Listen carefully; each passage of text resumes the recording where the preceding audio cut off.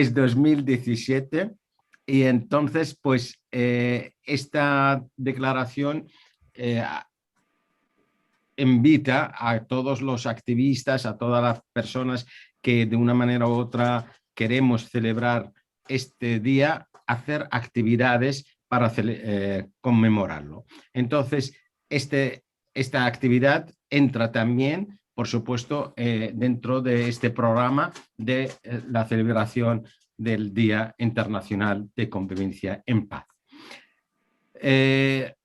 Simplemente deciros que CIAR sigue trabajando en el asunto que nos reúne hoy, que es la lengua árabe, y esto, por supuesto, lo está coordinando conmigo la doctora Hanan, a la que le doy las gracias por todo el trabajo que está haciendo, y esperemos que esta sesión sea de lo más beneficiosa para todos y por supuesto, damos la bienvenida a nuestra conferenciante ponente Pilar Garrido, una experta, esto sin duda alguna, experta en el tema de Ben Árabe y todo lo que es, por supuesto, la lengua árabe, porque es profesora de lengua árabe en la Universidad de Murcia.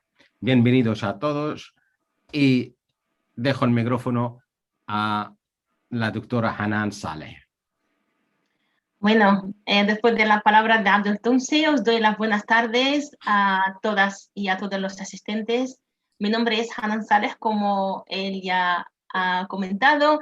Soy miembro de FIAR, el Círculo Intercultural Hispano-Árabe, y la verdad es que esta actividad está organizada dentro del marco de una serie de actividades que estamos celebrando para realzar nuestra lengua dentro de este año académico y enlazar lengua y cultura con todas las actividades dentro y fuera del ámbito universitario, bien, o el ámbito de los centros de estudios de lengua árabe.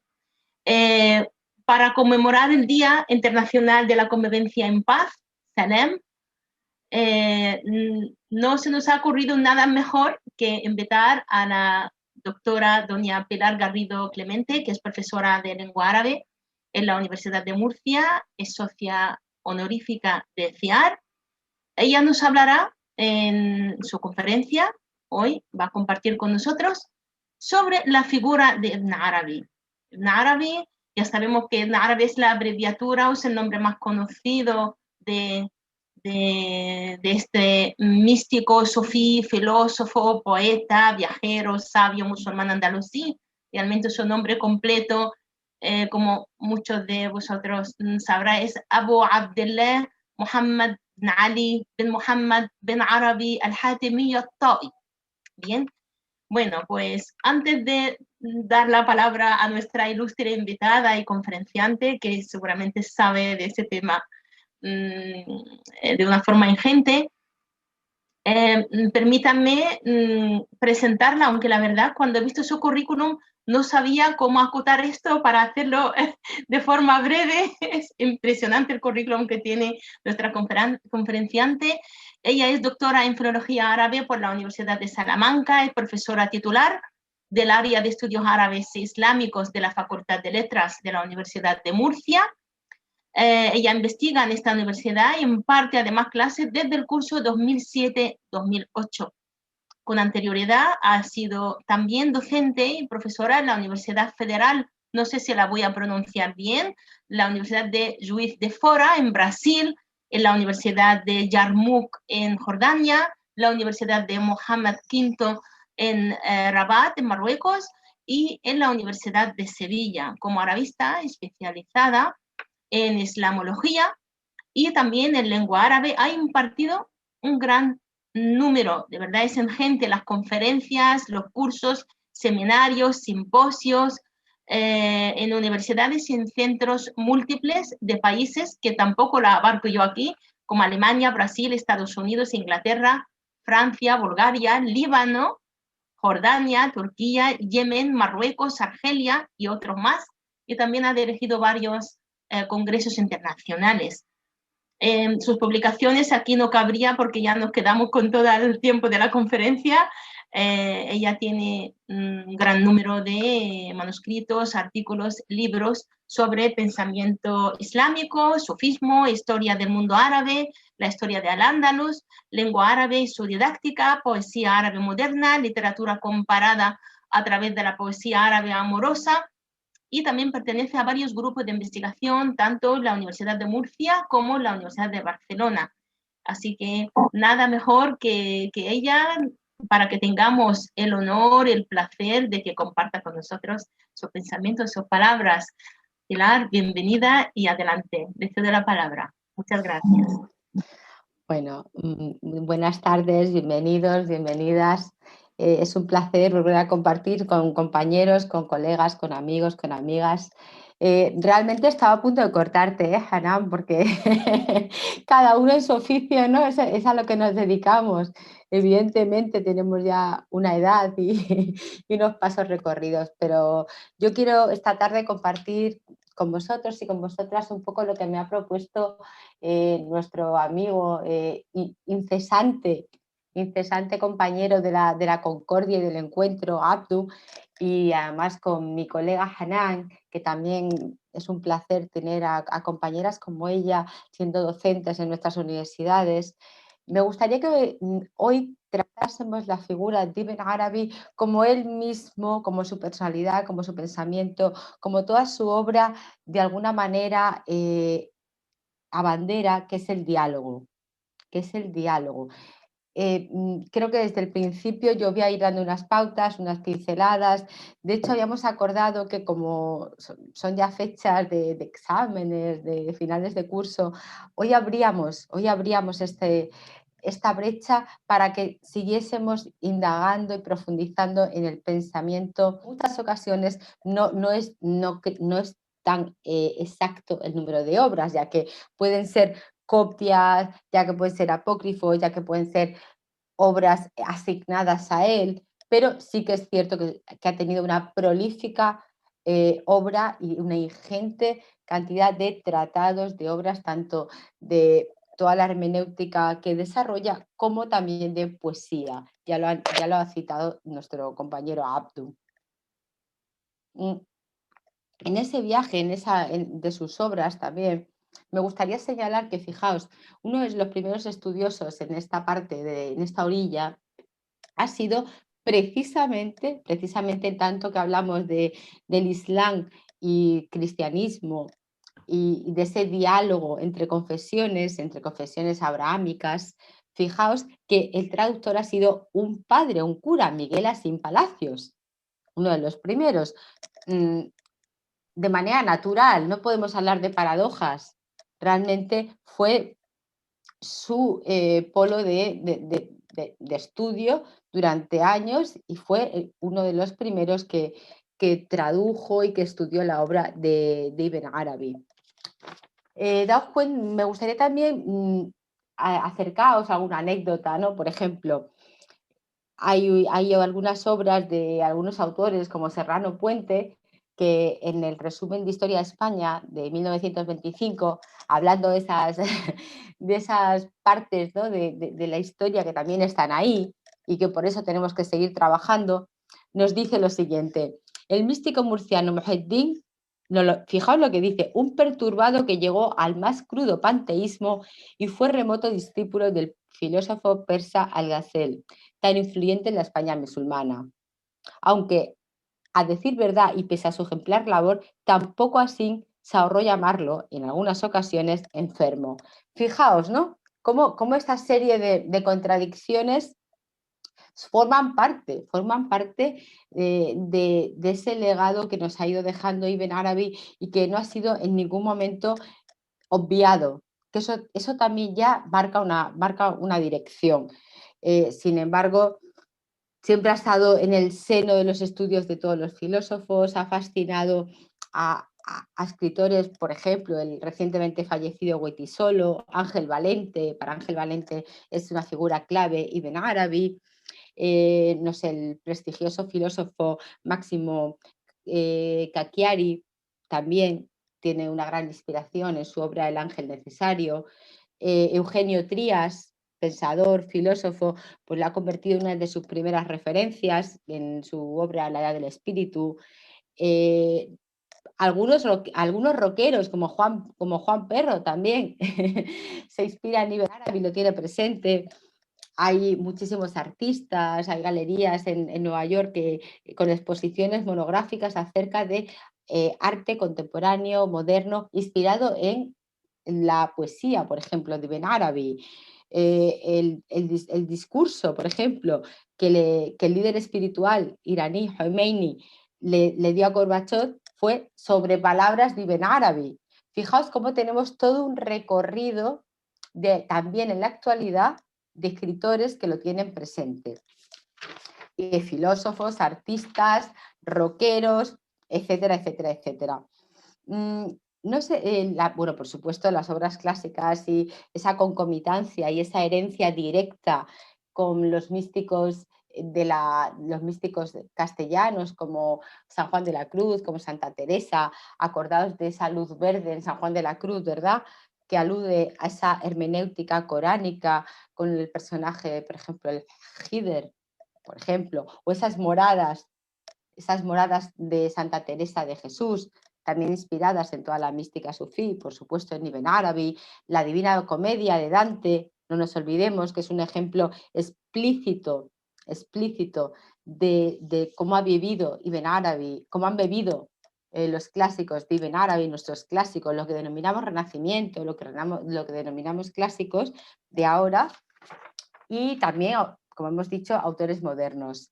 No sé si seguir un poquito en la línea de pautas, no sé si me dijo Hanan que tiene unos 15 minutos de exposición y que luego nos adentramos en el diálogo, porque además de su vida, además de ser un personaje que siempre ha llamado la atención a lo largo de la historia de la filosofía, de la filología, de la historia misma de nuestra España, me gustaría aquí hablar sobre temas de palabra, ya que estamos dentro del diálogo, ya que estamos dentro del Día de la Paz, ya que estamos dentro de la palabra, y me gustaría hablar de uno de los términos que dentro del Islam, y especialmente en Ibn Arabi, es tratado de una manera magistral. Y es, primero, adentrarnos en la palabra, y segundo, la palabra que quiero tratar es la compasión. La compasión. Para situarnos, me gustaría un poco hablaros de cómo realmente es de importante esa filosofía de la palabra, cómo Ibn Arabi nos adentra en una cosmovisión unificada a partir del logos, ese logos integrador, ese logos que está dentro de ese lenguaje que es creador y creativo y que es el que unifica el universo y que es un lenguaje simbólico.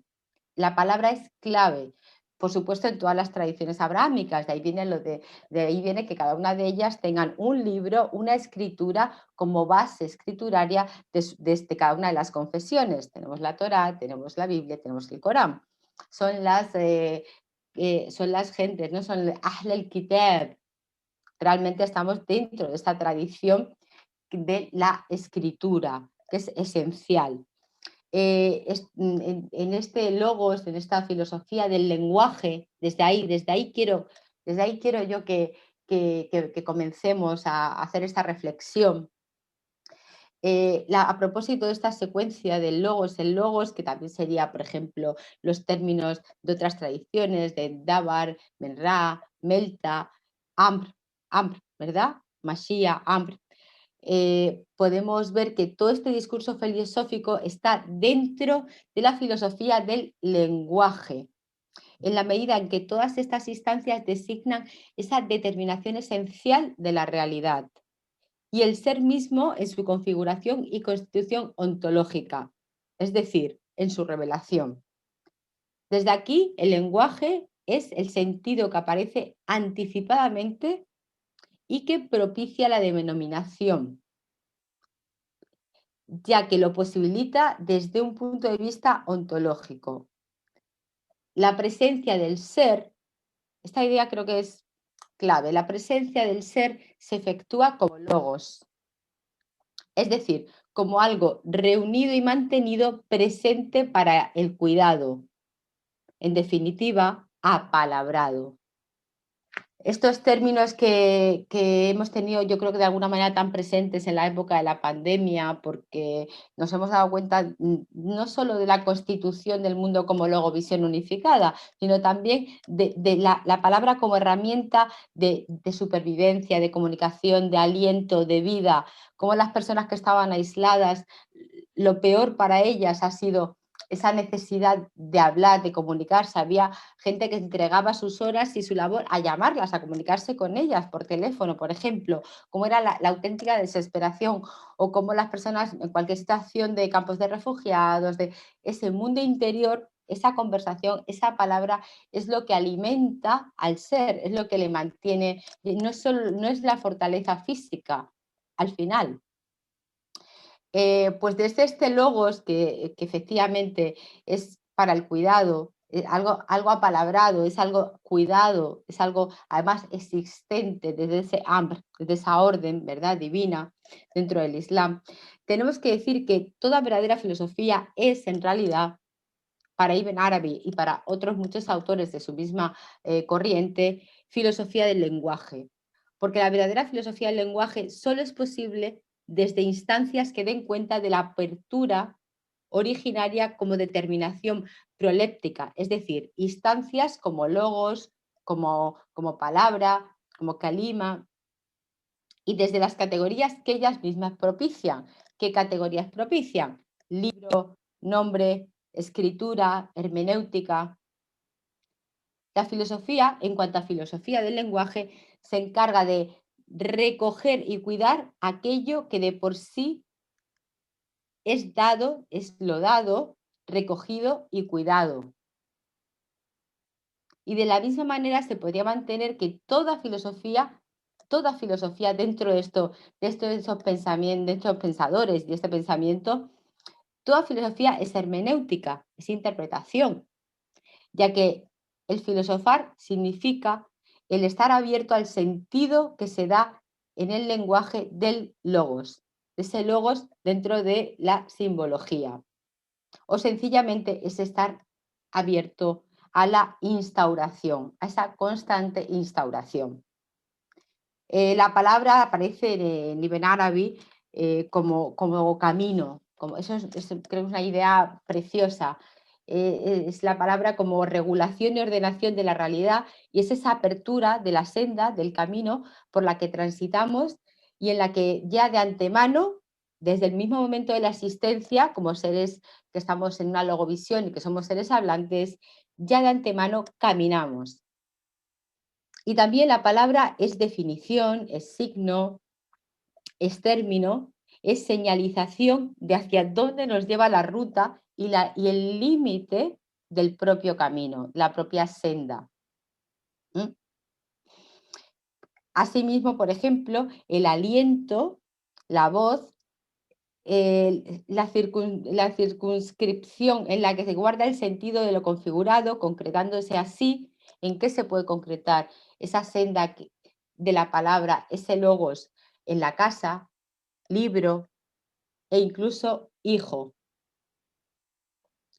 La palabra como aliento significa esa necesidad de un soporte que sostenga lo proferido, ese amr, esa mashia. Por ejemplo, en todos los lenguajes místicos, dentro de las obras de hermenéutica de Ibn Arabi, puede entenderse tanto la palabra original en sus determinaciones como aquello que recibe la determinación misma. Por ejemplo, casa que aloja el sentido, libro que enmarca la voz, letra que resguarda la presencia.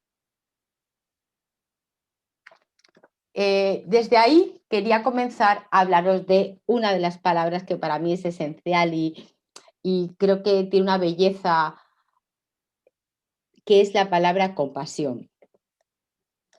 Si nos adentramos como filóloga, como, como arabista, como esa celebración de la lengua árabe y su belleza y además la importancia, porque es una de las lenguas también con muchísimos hablantes en todo el mundo, la propia raíz de la palabra, a modo de istiqaq, de interreferencia léxica, y nos disponemos a sumergirnos en el campo semántico, nos topamos con esa incesante renovación del sentido que aflora en cada nueva formulación, que es análoga a la renovación a cada instante de la propia creación. Incluso desde esa perspectiva hermenéutica simbólica y siguiendo los pasos de los maestros de la ciencia de las letras, del ilm al-huruf, emparentada directamente con la ciencia de los más bellos nombres de Dios, al-Asma al-Husna, podríamos hablar en Ibn Arabi, podríamos hablar de una escala de progresión ascendente de niveles de significación de la palabra que a modo de peldaños de una escalera vincula, une, integra todos los planos del sentido.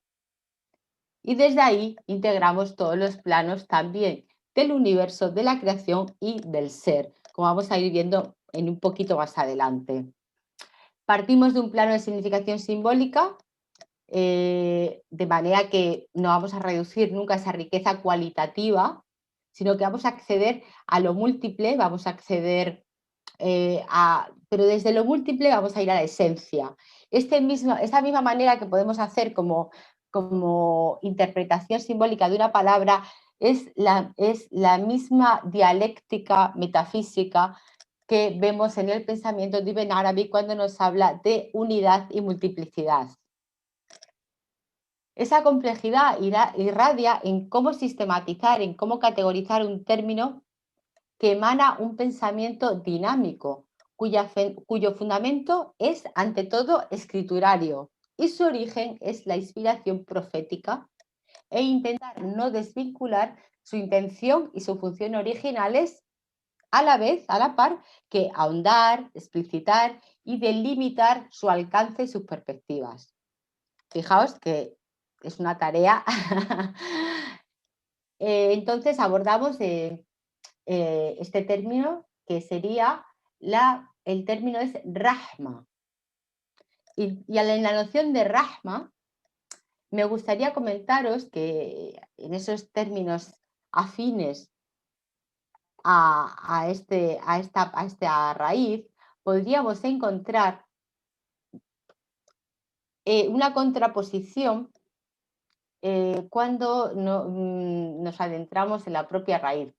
En la hermenéutica islámica y a través de la ciencia de los más bellos nombres de Dios se establece esa dialéctica de encuentro de pares de contrarios. Es decir, dentro del pensamiento de Ibn Arabi encontramos en muchas ocasiones la unión de los contrarios mediante, por ejemplo, adjetivos que son cualidades dentro de los nombres de ese Insan al-Kamil, de ese hombre perfecto, de esos 99 nombres de Dios, que dice, por ejemplo, la compasión y la exigencia, pero en ningún momento estarían contrapuestos porque ambos encuentran ese punto de conciliación. Ambos son esa inmensa gama de grises que es la realidad, que es el mundo de la verdad. La unión de los contrarios, esa dinámica dialéctica dentro de este Islam esotérico, de este pensamiento de Ibn Arabi, y consiste efectivamente en asimilar esos contenidos de cada atributo e ir trascendiendo cada uno, asimilando las cualidades para acceder a otras, guiados siempre por las pautas de la propia realización personal interior. Y así, cada creyente, cada inspirado o cada maestro están inmersos en esa metafísica y simbología que van elaborando una terminología indefinitiva, esa logovisión.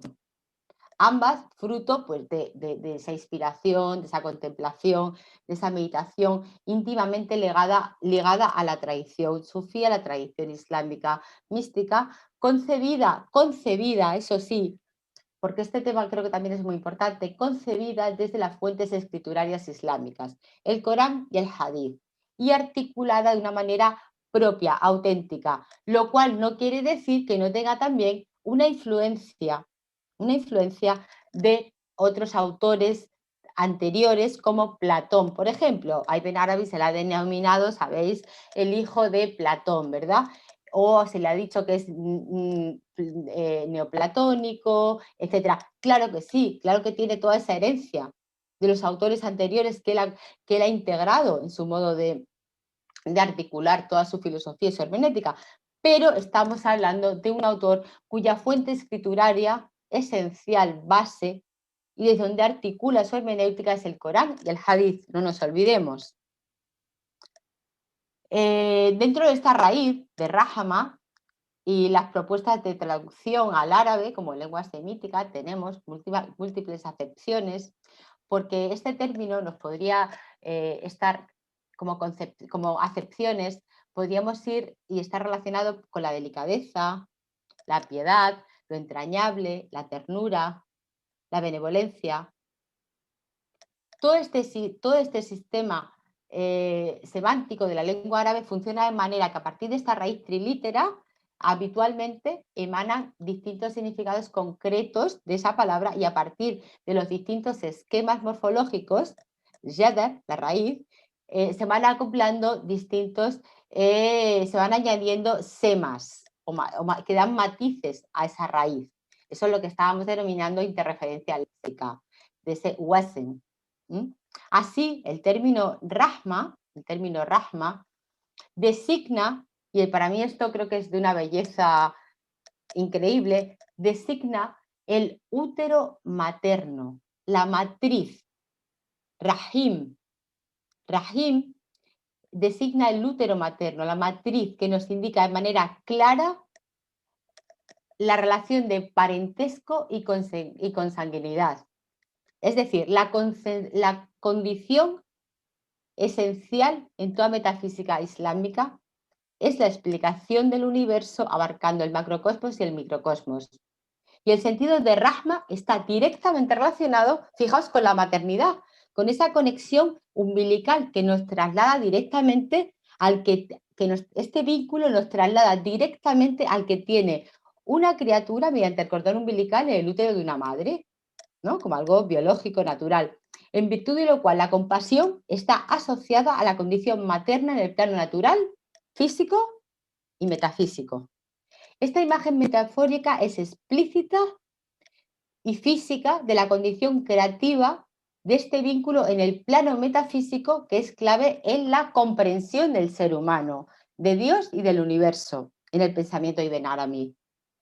La principal relación, fijaos, estamos hablando de la Rahma, de Rahim, pues la principal relación que establece el ser humano con Dios, las criaturas con Dios, es de misericordia, de compasión, como podemos comprobarlo en cualquier comienzo de la básmala, ¿no? Como comienza el libro sagrado por excelencia, el Corán. Bismillah ar-Rahman ar-Rahim. Pone de manifiesto que su principal representará en la tierra del ser humano que tiene la relación, su principal representación del ser humano en la tierra, que es el hombre, tiene una relación con el creador de Rahma. De ahí que muchos sufíes también, además, emparentado con esta raíz y con esta relación matricial entre Dios y el ser humano, hablen de Dios como la amada dentro del sufismo. Es una relación femenina. A mí me parece que desde luego esta explicación filológica dentro de la hermenéutica es de una belleza, alude además a ese sentido interior del útero en tanto que entraña, también a ese término, ¿no?, de corazón, de concordia, que implica cordialidad, esa gracia condicionada, ¿no?, también esa rahma muqayyada, ¿no?, que nos habla Ibn Arabi. Bueno, pues aquí quería traer a colación esta compasión, esta rahma, que no deja de ser en última instancia el fundamento y la razón de la empatía, de esa cordialidad, de esa relación. Y es un término que además han ido utilizando los distintos autores a lo largo de la historia del sufismo y a lo largo de la historia de esa hermenéutica coránica mística del Islam. El Corán se afirma en múltiples versículos que Dios ha creado al mundo por su palabra, diciendo a cada cosa, sé, kun, de manera que el mundo entero despliega y manifiesta, como hemos venido constatando durante mi conversación, mi reflexión con vosotros, el mundo entero despliega y manifiesta ese discurso divino. Todos los seres terrestres y celestes son fundamentalmente entidades lingüísticas llamadas a ser leídas y descifradas. Cada letra luminosa del Corán, de la ilm al-huruf de las que hablábamos antes, ¿verdad? La huruf muqata'a, cada letra luminosa del Corán es un signo divino, un atributo divino. Y aquel que se ha instruido en su conocimiento llega a aprender un aspecto de la profecía. Y además, esos distintos grados que constituyen el ser corresponden con esas letras luminosas que encabezan algunas azoras coránicas, y también existe esa correspondencia entre el orden de las letras y el orden ontológico y el orden del ser. De manera que en este contexto islámico, todos los seres, todas de luz, todas las letras luminosas, son seres, la luz de los seres humanos es la luz de Dios, que es, según el Corán, la luz de los cielos y de la tierra. Y para reconocer esa luz suprema, tenemos que reconocernos a nosotros mismos. ¿Cómo reconocernos como luz? Desde ahí, desde esa lectura, desde ese diálogo, desde esa palabra, desde ese encuentro. Y bueno, muchísimas gracias. Muchísimas gracias, porque yo creo que si seguimos hacia ese encuentro de la cosmovisión y de la logovisión unificadas, creo que efectivamente estaríamos siempre en el encuentro, nunca en la polarización, nunca en los choques, sino en los diálogos, y con esa luz esencial que emana de esta hermenéutica coránica de Ibn Arabi, de tantos autores, Ibn Masar, Ibn Barrayan, Ibn Qasim, etcétera, etcétera, etcétera, y a la vez cercana con ese Dios inmanente, que es el Dios de la cotidianidad, que es el Dios de la ciudadanía, y que va más allá de dogmas y va más allá de pertenecer realmente a una creencia concreta. Sí, está en el amor, en el encuentro, en la esencia del ser, que de alguna manera es el logos. Gracias. Gracias, profesora Pilar. La verdad ha sido una clase magistral. Bueno, habíamos quedado en dialogar, Yo he estado tomando nota, no me ha dado tiempo de tomar nota de todo porque me he quedado sorprendidísima. Lo primero le felicito porque de forma muy sutil, una forma muy amena, nos ha introducido usted en la teoría comunicativa de la terminología, y además con una aproximación lingüística hacia ese término, compasión, rahma, una forma muy, muy amena, por lo que se lo agradezco muchísimo. Yo he tomado nota, pero yo creo que ahora procede dar la palabra a nuestros invitados, a los asistentes, las asistentes a esta charla. Veo que está entre nosotros la profesora Naima Ilhami, también de la profesora Naima de la Universidad de Granada. Bienvenida. Porque no estuvo. Bueno, y veo alguna investigadora también por ahí, como Nisrin. Sí, veo algunas compañeras que también han trabajado la figura de Ibn Arabi a partir de clases, o sea que creo que hay mucha más gente que puede seguir aportando. Claro. Entonces, yo sé que esto es muy poco de lo que podría aportar la profesora Pilar sobre Ibn Arabi, pero nosotros ya creo que le vamos a echar el guante en cuanto terminemos esta actividad para que haya continuación y que haya una segunda parte. Pero en esta parte, como es el Día de la Convivencia en Paz, ese término es sumamente importante para analizar, debatir, hablar sobre ello, por lo que os doy la palabra. ¿Alguien quiere comenzar este debate que promete ser bueno? No sé si aquí hay que levantar la mano, o sea, que hay que simplemente al activar el micro, el audio, podríais intervenir, preguntar, añadir, aclarar, lo que queráis. Sí, sobre todo que los demás también cuenten su experiencia con Claro. la palabra, con Ibn Arabi. si os parece bien, yo voy a decir algo mientras los demás piensan en lo que quieren decir. Me viene a la mente, voy a aprovechar, me viene a la mente, tal como estaba hablando Pilar, de verdad, término rahma es un término tan amplio, no solamente, es que en árabe escogía los términos, las palabras y la llevaba a un plano mucho más allá, como tú nos has dicho, con palabras mucho más cultas que las mías. No, no. No solamente esa rahma, es el ta'atuf. El ta'atuf. Y cuando ha mencionado ya rahim el es una palabra que es verdad que no solamente contiene, sino que protege. Es la compasión desde la protección. Es compasión desde la protección. De hecho, y desde el punto de vista dialectal y social, y desde la convivencia entre los seres humanos, sin darnos cuenta, yo voy a hablar sobre la sociedad egipcia, siendo yo egipcia.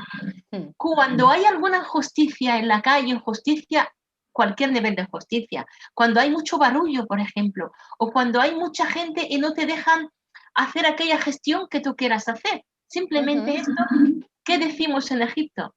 Ar-Rahma, Yanes.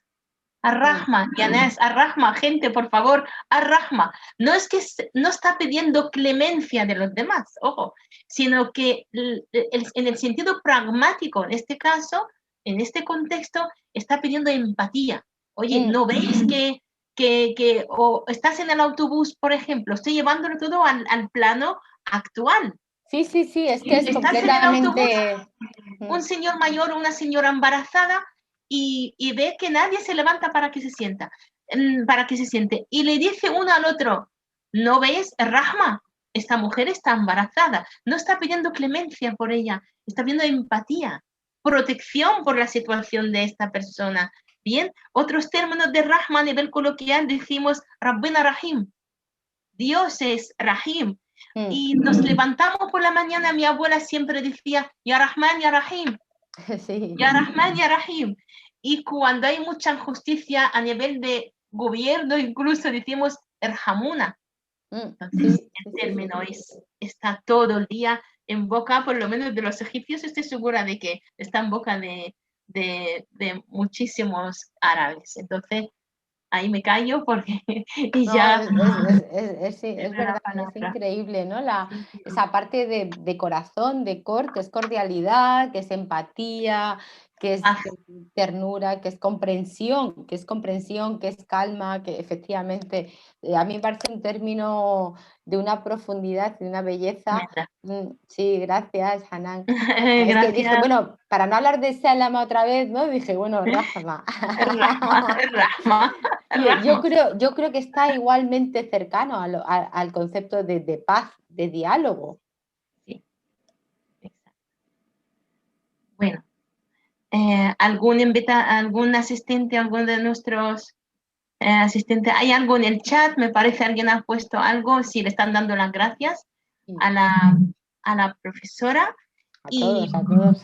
Mientras sigan pensando, ha mencionado el término Rahma Muqayyada.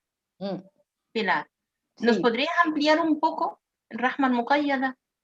Pues realmente esta es una de las cuestiones que es compleja porque Ibn Arabi se mete de una manera excepcional entre el tema. Ahí nos habla un poco de cómo también nos alude como al aspecto, cuando nos está hablando de que dentro del útero, dentro de la parte que nos ha hablado de interioridad, de lo entrañable, lo cordial, pero también hay una especie de término, de acepción, que estaría el carácter restrictivo que confiere, ¿no? ese pobre, ese míser de misericordia, porque sabéis que tiene las dos acepciones, ¿no? Que es la misericordia y que también es la compasión. Entonces, ese término, para que resulte idóneo para traducir, no podríamos hablar de miser, de pobre, con el sentido de misericordia como pobrecito, ¿no? Sino que tendríamos que hablar, nos dice Ben Arabi en este concepto, de la gracia condicionada. ¿vale? Que sería esa rahma muqayyada y que estaría asociado de manera radical con el nombre de Allah, ¿no? De Dios, de Ar-Rahim. Muy bien. Exacto. Entonces nos lleva a, ¿no? a esa aclaración que en algunas ocasiones las acepciones pueden parecer aparentemente contradictorias porque está la parte de cor, ¿no? De cordialidad, pero también está la parte de miser. Entonces, y bueno, y también está la parte, luego ya en lo de la compasión, hay una parte también del griego, ¿no? De pathos, de pasión, que es esa, y en este caso sería una pasión recíproca. De toda verdadera relación entraña en virtud esa unidad esencial del ser y la unidad de la pasión. Y ahí nos habla de Ahadiyya al-Hawa, que en última instancia sería el fundamento y razón de toda empatía. Cierto que es un concepto que arrastra mucha profundidad, nos invita a ver un abanico de posibilidades, de contextos, de además situaciones. Que él no lo explicita, él pone Ahadiyya al-Hawa. Tenemos a José Antonio que va a intervenir. Sí. Adelante. José Antonio, buenas tardes. Hola, buenas tardes. Hola, Pilar. Ay, no. Bueno, no sé si te acordarás de sí, esta claro edición que sí, claro de que libros sí. sobre Ibn Arabi. Sí. Son del año 90, cuando se celebró el 750 aniversario aquí en Murcia y cuando apenas habían traducciones de Ibn Arabi y solo estaban las de Asín Palacio y empezaron la editora regional murciana a hacer esta... La verdad es que has dicho este término de la rahma. Sí. Y me he puesto a buscar porque aquí en uno de los libros que tengo dos, hay uno que viene terminología sufí y venga nombre aquí. Y yo a buscar aquí rahma y no lo he encontrado. No lo he encontrado entre... O sea, hay aquí como una especie de glosario de términos que se utilizan en el lenguaje de Ibn Arabi, pero no lo he encontrado. No he encontrado ese que dices de rahma. ¿No? ¿Sabes lo que pasa, José Antonio? ¿Sabes por qué? Porque además conozco perfectamente esa editora. Yo la verdad es que era un poquito joven cuando empezó todo eso, porque y la encabezaba, su director era Javier Marín Ceballos, que es íntimo amigo, con el que, vamos, que nos frecuentamos casi a diario. Y efectivamente que parecía que además que parecía que la editora regional de Murcia era la editorial de Ibn Arabi, porque salieron muchísimos libros acerca de este autor y también de Zunnun, por ejemplo el de Zunnun al-Misri también salió ahí, que es otro de los grandes sufíes además iniciales, porque fijaos que también Hanan también es egipcio. Si es que todo es egipcio al final. Ya ves. Ya ves, al-Misri. Bueno, y ahí está también, bueno, los de los más bellos nombres de Dios, también salió ahí. También salió la biografía de Ibn Arabi con Alfonso Carmona, que la tradujo de la versión, o sea, del libro de Claude Attas, ¿verdad? Que es la vida de Ibn Arabi, el azufre rojo. Bueno, realmente es una colección excelente que lamentablemente no se han vuelto a reeditar. Mucha gente de esos autores los han sacado luego a modo de, bueno, pues de obras un poco revisadas en otras editoriales, en otras publicaciones. Pero Rahma normalmente no te va a aparecer porque no es uno. Yo la he traído aquí porque he querido hacer un poco esa búsqueda, ese esfuerzo de interpretación, de explicaros de una manera simbólica y interpretativa dentro del pensamiento ibn árabe un término que es completamente habitual. La rahma es una palabra más, no es un término sufí específico. Yo se te ha dado una lectura dentro de esa hermenéutica de Ibn Arabi del término rahma, pero como has podido ver, Hanan nos ha explicado de una manera cercana y vital diaria que entraña el término rahma, ¿vale? Por eso es normal que tú encuentres términos de un vocabulario istilahat as-sufiyya, ¿no? Muchísimo más específico que está solo dentro de, o que es más específico del sufismo. José Antonio. Y bueno, no sé ya si como te han anécdota, respondido. Buenas tardes. Hola, Buenas Yanaíma tardes. también, qué bien. Pues yo quería añadir una pequeña referencia que tu charla magistral nos ha dejado y me acordé de un libro que he leído hace tiempo de Julius Evola, La metafísica del sexo, donde él dice que Ibn al-Arabi aconsejaba, y por lo visto lo haría, cuando tenía relaciones sexuales, el momento en que hacía la penetración, recitaba Bismillah. Y el momento del orgasmo, Ar-Rahman Ar-Rahim. O sea, la cuestión esa de que estábamos hablando del útero, de la matriz, o sea, de toda la relación.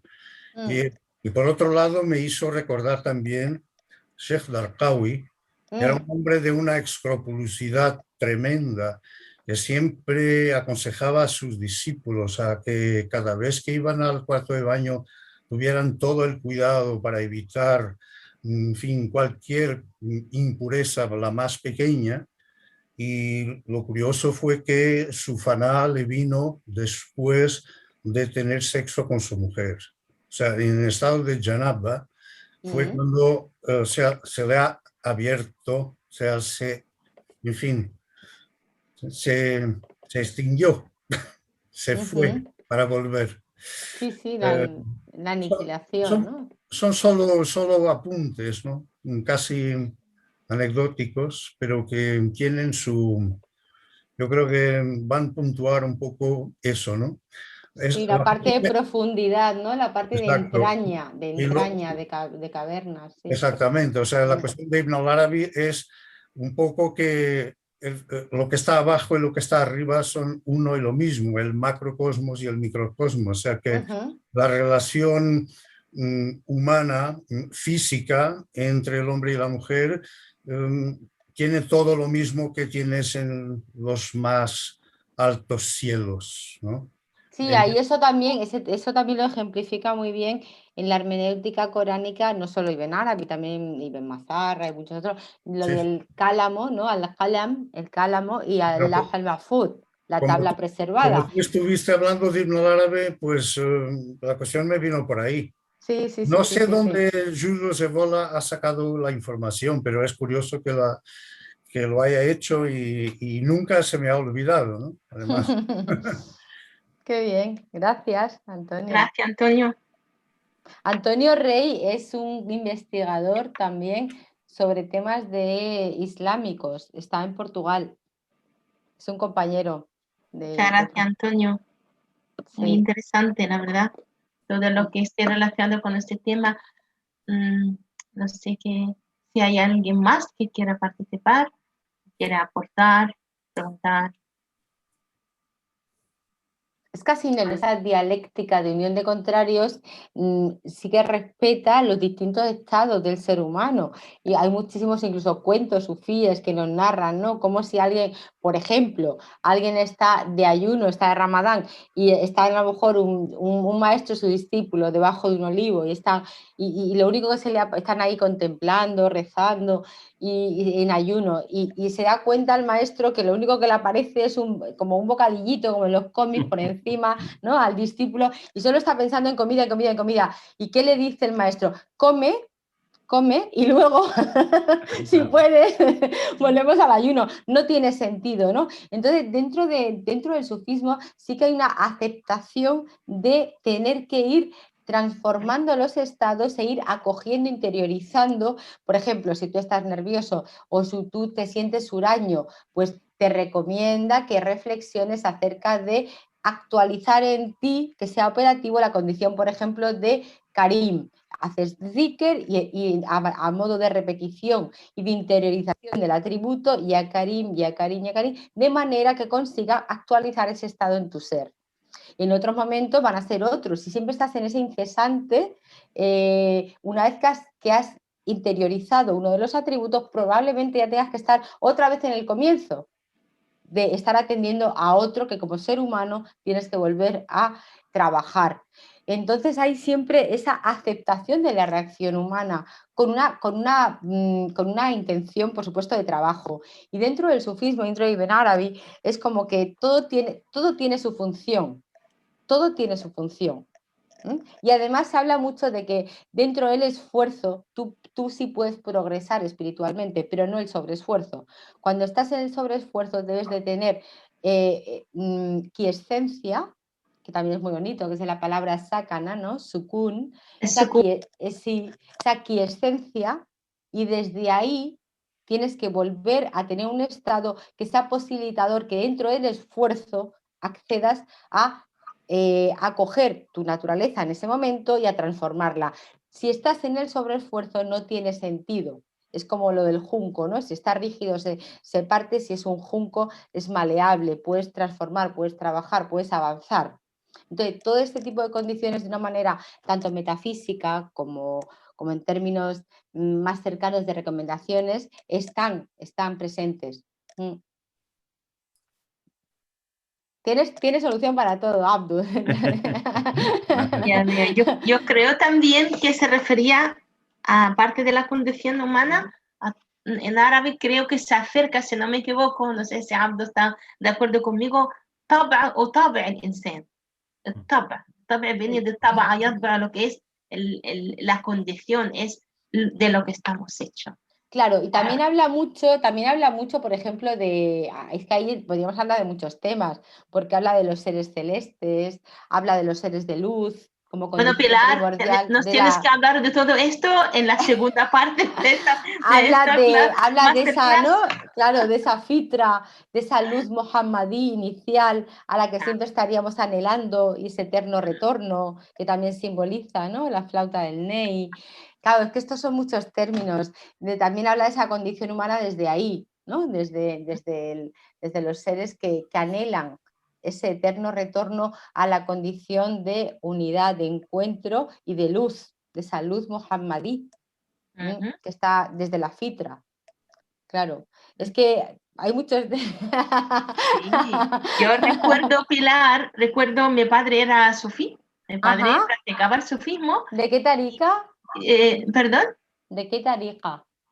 Del tariqa del Sheikh el-Imari. Es que yo vivía en un barrio muy, muy pequeño en el centro del Cairo, en el antiguo Cairo, se llama el-Imari, y había un sheikh sufí, que es el Sheikh el-Imari, y se reunían todos en la planta baja del edificio. Yo cuando pasaba, fíjate, claro, hacían este movimiento, este baile, esta danza, se mecían y decían, Ya Rahman, Ya Rahman, Ya Rahman, Ya Rahman, Ya Rahman, y lo decían de forma muy cántica, de forma muy bonita. Entonces, cuando tú estabas hablando, me venía a la mente lo que yo escuchaba cuando pasaba por la puerta, cuando practicaban ellos esta danza sufí, este cántico tan bonito. Sí, es muy bonito, es bonito. Me has traído muchos recuerdos a la mente, qué bonito. Muchísimas gracias. Qué ilusión. Yo soy también una enamorada de tu Egipto, y del Cairo. Sí, muchas gracias. Bueno. La palabra paz que ahora nosotros estamos tratando, por supuesto, está en el saludo de los árabes o musulmanes, Assalamu alaikum. Pero su interpretación, yo de pequeño la he interpretado o me la han hecho interpretar, no se sabe por qué te puede influir, en que desde el punto de vista de parar las agresiones. Era as-salam, es para decir a los demás que yo vengo en son de paz y por lo tanto quiero recibir la paz. Esto, dentro del término paz, Ibn Arabi, ¿cómo lo enfoca para que con todas esas diferencias que él habla de ellas entre distintas religiones y distinta gente de distinta procedencia, ¿cómo las trata? Pues mira, una de las cuestiones que también me hubiese gustado hablar hoy, pero bueno, me he centrado en la compasión, que por cierto, antes de que empiece con lo de lo que me has comentado de las distintas personas. Otro tema también, lo de la condición humana que me has comentado, Abdu, es muy interesante como dentro de Ibn Arabi, cómo se relaciona con el cuerpo, porque el cuerpo, la condición humana de cuerpo, alma y espíritu, ya sabéis que en la hermenéutica de Ibn Arabi y de otros autores también, habla de nafs y de ruh, que no es lo mismo. Y además el cuerpo sí tiene esa cualidad de cuando tienes una realización espiritual de ciertos grados de ascensión, es una teofanía. Tú eres el lugar de representación, de presencia de lo divino, ¿no? Hay como uno de los grandes dichos que dice, cuando tú has sido capaz de ir develando y adentrándote en haber interiorizado la unidad, la mano con la que tocas ya no es tu mano, tú tocas con la mano de Dios, porque tú eres el lugar de manifestación, es una teofanía de la divinidad. Entonces, también es muy importante cuando hablamos de la condición humana dentro de Ibn Arabi, de tener en cuenta de que el cuerpo, lo físico, los sentidos, tienen una significación, tienen toda una simbología y son importantes. También el alma y también el espíritu. Nos habla siempre de ese receptáculo, ¿vale? Entonces el cuerpo no es como para parte en ocasiones del cristianismo, ¿no? De que la carne está prohibida o es pecado, no. En este universo de pensamiento es importante, es lícito. Los sentidos, los sufíes cuando hablan de degustar un estado espiritual, hablan de dhauq, de saborear, fíjate, ¿sabes? Lo que me has preguntado, ¿sabes? Como uno de los temas que para mí también es esencial dentro de Ibn Arabi, es que el otro día lo estuve citando precisamente con Naisa, con la organización que tú comentabas, Abdu, que son unos jóvenes en torno a la figura del Sheikh Bentunes, que habla de la diversidad de las creencias, que es la manera como yo creo que esencial o posibilitadora de aceptar a todo ser humano. Tito Burja lo representa de una manera muy, no sé, muy representativa, muy gráfica, que nos habla que Ibn Arabi dice, bueno, cuidaos de juzgar, ¿no?, la realidad o la verdad de los demás, porque tú nunca sales de ti mismo, por mucho que tengas una realización espiritual más elevada o menos, tú nunca sales de ti mismo para poder estar completamente neutro, para mirar a los demás, entonces cuando tú estás juzgando, cuando estás mirando la verdad de los demás, tienes que ser consciente que estás dentro desde tu verdad. Entonces Tito Burja nos lo representa como los radios de una rueda. Entonces cada verdad es un camino, cada verdad es un radio de esa rueda que es real, que es verdadero, que es auténtico, que tiene su trayectoria y que es igual de verdad que el radio de al lado. Y tú no estás exento de poder salir de ti mismo para ser quien juzgue la verdad de los demás. Entonces él habla mucho de eso, de cuidado, ¿sabes? De ser prudentes a la hora porque tenéis que ser conscientes que tenéis un condicionamiento, primero como ser humano y segundo como tu propia verdad. Entonces siempre lo que habla es de la diversidad de las creencias y de la aceptación de las demás verdades de una manera íntegra, no como, bueno, esta es la verdad, pero la tuya, bueno, pues la acepto, ¿no? Bueno, la tolero, me la aguanto, bueno, no vas a ningún lado por ahí, pero bueno, te dejo estar, no, perdona. O sea, desde un tú a tú, desde una integridad profunda y verdadera y completamente auténtica de cada una de las verdades. Muy bien. La diversidad de las creencias. Perfecto. Esto es que me lleva a pensar en otras cuestiones un poquito complicadas, porque yo siempre, cuando empecé para poder formar o crear de una manera u otra el Círculo Intercultural Hispano-Árabe, tenía una frase que es cogida de la cultura española, pero claro, tiene reflejo en la cultura árabe, en la cual cada uno en su casa y todos en la casa de la abuela. Entonces, con esto quería decir que cada uno puede tener su condición humana, por supuesto, y su pensamiento. Pero luego tenemos una casa en común. Y aquí pretendíamos... Sí, es ese punto, ¿no? de la rueda. Es de la rueda. Eso es lo que quería llevar, porque por eso me has llevado a esto. Entonces, es posible lo que yo pretendía de una manera u otra, el que cuando entre uno se quite esas capas que lleva de política por condiciones sociales, por no sé, y entrar en esa casa común con, digamos, con una cierta limpieza de condiciones. No sé si esto aporta algo. Fíjate, Rumi, ¿no? Maulana Rumi, que es otro de los grandes místicos, siempre, yo es una frase que utilizo muchísimo, aparte de que habla de que él es judío, cristiano, musulmán, ateo, igual que Ibn Arabi, ¿no? Que hablan de los caminos, de las sendas, de las religiones del amor, etcétera. Aparte de esto, que lo digo así rápido, pero que realmente es sublime, Rumi nos dice, y en un sentido simbólico es amplio, que dice, mi casa es donde está mi corazón. Y donde está tu corazón es donde estás presente. Si yo estoy presente aquí y ahora con vosotros, esta es mi casa. ¿Qué más da? ¿Cuál es una ideología, una creencia, un estado, una clase social, una ascendencia étnica, una condición en este momento de cualquier situación humana, económica, etcétera? Perfecto.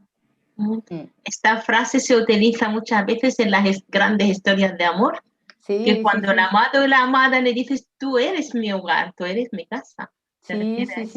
Es un contexto trascendental, va más allá de lo tangible, de lo físico. Qué bonito todo.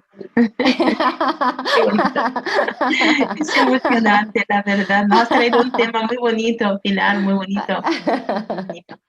Bueno, no sé si alguien más requiere intervenir o participar con algún punto. Si no, pues yo creo que, no sé si te parece bien, Abdo, y le parece bien a Pilar, concluimos esta actividad, este acto, esta conferencia magistral, dando las gracias encarecidamente a este honor que nos ha concedido la profesora Pilar, y estamos encantados, agradecidos. Y desde aquí, con todo lo presente de testigo, y además se está grabando la sesión, ella a ver si nos promete una segunda conferencia. Esperemos que sea presencial más adelante y antes de que concluya el año, porque este año es nuestro año de la lengua árabe.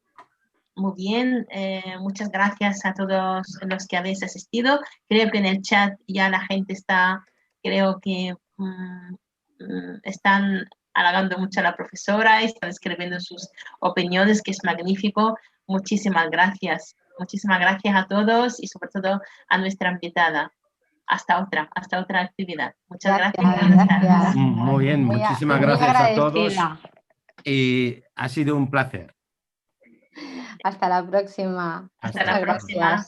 مع السلامة. مع السلامة. إلى اللقاء.